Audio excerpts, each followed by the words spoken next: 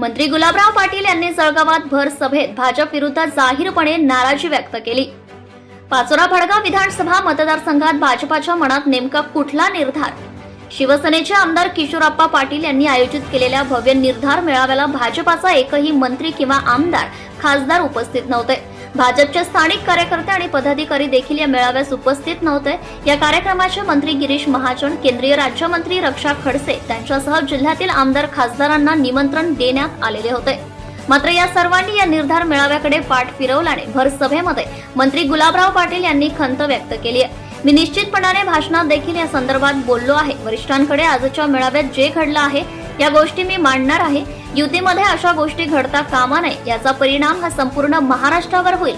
उद्याच्या दिवशी मुंबईला कॅबिनेट मीटिंग आहे। त्या मीटिंगमध्ये त्या बैठकीत उपमुख्यमंत्री देवेंद्र फडणवीस, मंत्री गिरीश महाजन आणि मुख्यमंत्री एकनाथ शिंदे यांच्या समोर हा प्रकार आम्ही मांडणार आहोत, अशी प्रतिक्रिया गुलाबराव पाटील यांनी दिली आहे। लोकसभा निवडणुकीत आपण एक संघ होतो म्हणून विपरीत वातावरण असताना सुद्धा दोघं सीट आपल्या निवडून आल्या। त्याचप्रमाणे जर आपण विधानसभेत एक संघ राहिलो तर जळगाव जिल्ह्यातील 11 पैकी 11 जागा निवडून येऊ शकतात।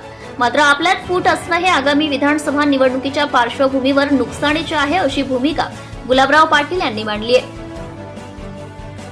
लोकसभेच्या वेळेस भाजपाच्या नेत्या स्मिता वाघ उमेदवार नव्हत्या। आम्ही स्वतः उमेदवार होतो। आम्ही हेच सांगायचं, स्मिताताई खासदार होणार नाही, नरेंद्र मोदी हे पंतप्रधान होणार आहेत आणि त्यांच्याकरता मत द्यायचा हा जोगवा आम्ही मागितला।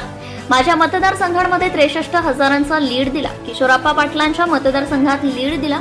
आज भाजपच्या मंडळीला बोलावलं असताना देखील आमची भाजपची मंडळी आज आली नाही, याच्यावर आम्ही मार्ग काढू, विनंती करू, असं गुलाबराव पाटील म्हणाले आहेत।